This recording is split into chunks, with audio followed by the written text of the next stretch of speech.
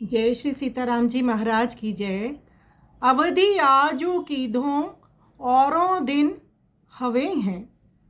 गोस्वामी तुलसीदास जी का ये पद गीतावली से है। श्री राम जी सिया जी लखन जी को वन में गए 14 वर्ष व्यतीत हो गए हैं। रावण का वध हो गया है। इधर माँ कौशल्या, माँ सुमित्रा, माँ कैकेयी के दिन नहीं बीत रहा। उनको लग रहा है कि अवधि तो अब समाप्त हो गई है। भरत जी तो उस अवधि के बाद जी नहीं सकते। श्री राम जी को भी अति शीघ्रता है कि मैं अपने अयोध्या धाम में इस अवधि पूर्ण होने से पहले पहुंच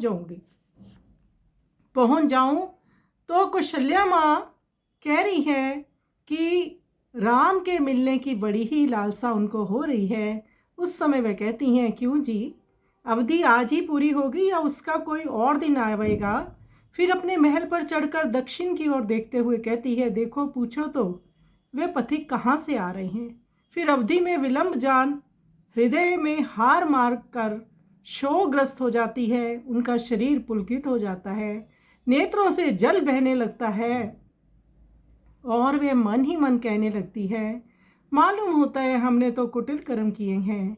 उनके परिणाम में विधाता इन 14 वर्षों को अपने ही दिनों के हिसाब से पूरा करेगा।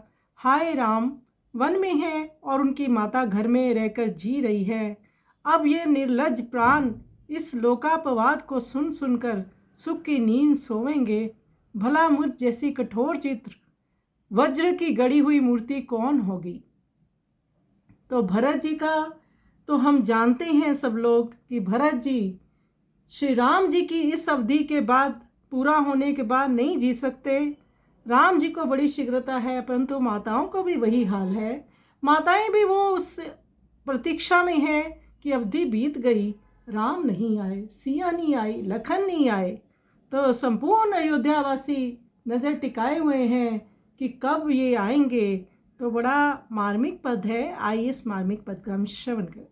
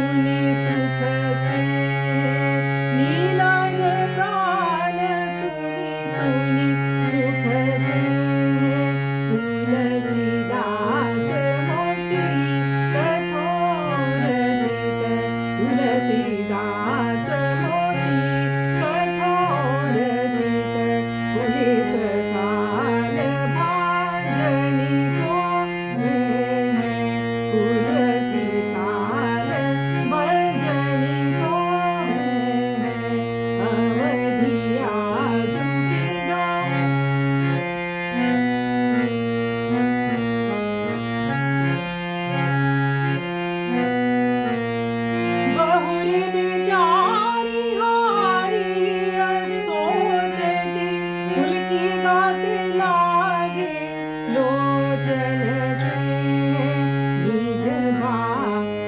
पहली बरस